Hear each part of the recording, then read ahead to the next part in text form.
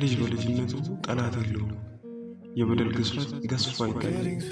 ዛሬ ቢጎዳ የቅርብ መሆኑ ነገ ይረሳዋል። ጥላቻ ሳይኖረው ለጎዱት ማልቀስ መከፋት በእንቅልፍ ይረሳል። ማለዳም ሲነሳ እንደ አዲስ ይኖራል። ዓመታት ተቆጥረው ማወቅ ሲጀመር በትዝታ ሂደት ትዝታ ሰመረም። በቀናት መካከል ጠላቱን ይለያል። የደረሰበትን ሁሉ ደርሶ ያስታውሳል። ለዕድሉም መጥመም ተወቃሽ ያገኛል። የወለደ ጠላት ያን ቀን ይፈጠራል።